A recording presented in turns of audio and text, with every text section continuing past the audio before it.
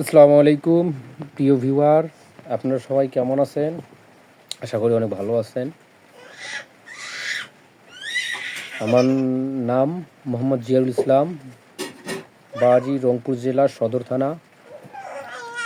আজকে আমি আপনাদের সামনে যে টপিকটা নিয়ে কথা বলতে চাইতেছি তা হলো, কখনো অন্যের সমালোচনা করবেন না।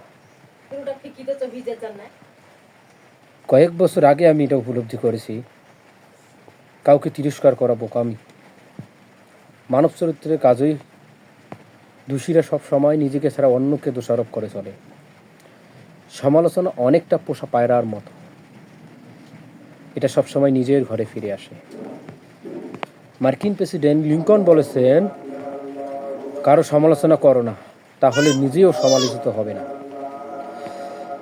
কাউকে নিন্দা করবা না, সকলের মধ্যে যেটুকু ভালো আছে সেটুকুই বলবা। যে কোনো মূর্খের পক্ষেই সমালোচনা, নিন্দা, অভিযোগ জানানো সহজ কাজ বেশিরভাগ মূর্খ তাই করে। অপরকে বুঝতে পারা আর ক্ষমাশীলতা পেতে গেলে দরকার চারিত্রিক দৃঢ়তা ও আত্মসংযম। স্বয়ং আল্লাহ মানুষের মৃত্যুর শেষ দিনটি পর্যন্ত তাকে বিচার করে না। তাহলে আমি বা আপনি